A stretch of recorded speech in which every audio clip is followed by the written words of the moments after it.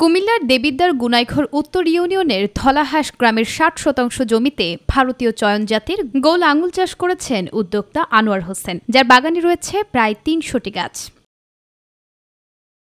দীর্ঘ ১৫ মাস পরিচর্যার পর প্রতিটি গাছে এখন আঙুর ধরেছে প্রায় ১৫ থেকে ২০ কেজি, যা দেখতে প্রতিদিনই শত শত মানুষ ভিড় জমাচ্ছেন।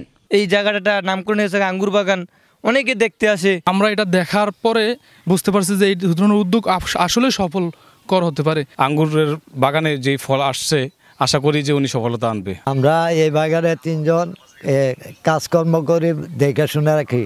১ বছরের মাথায়ই আশাতিরিক্ত ফলন হয়েছে বাগানে, যেখানে বছরে ২ বার প্রতিটি গাছে ৫০ থেকে ৬০ কেজি করে ফলন পাওয়া যাবে বলে জানিয়েছেন উদ্যোক্তা। একটা গাছ থেকে আপনি এভারেজ পার ইয়ার ৫০ থেকে ৬০ কেজি ফল পাবেন।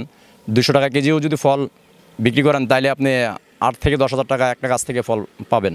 প্রথমবারের মতো এখানে আঙুরের চাষ হলেও উচ্চ মূল্যের এ ফল চাষে সার বীজ সহ সব ধরনের পরামর্শ এবং সহযোগিতা করা হয়েছে বলে জানান এই কৃষি কর্মকর্তা। দেবিদ্বার তথা আমাদের কুমিল্লার কৃষক তথা বাংলাদেশের কৃষির জন্য একটা ভালো একটা সংকেত, এবং উদ্যমী যারা কৃষক আছেন তারা যদি এগিয়ে আসে তাহলে বেকারত্ব যেমন দূর হবে, তেমনিভাবে নতুন নতুন কৃষি উদ্যোক্তা তৈরি সক্ষম হবে।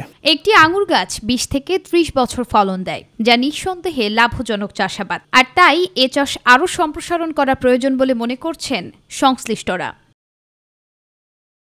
নুসরাত শারমিন, মাই টিভি নিউজ।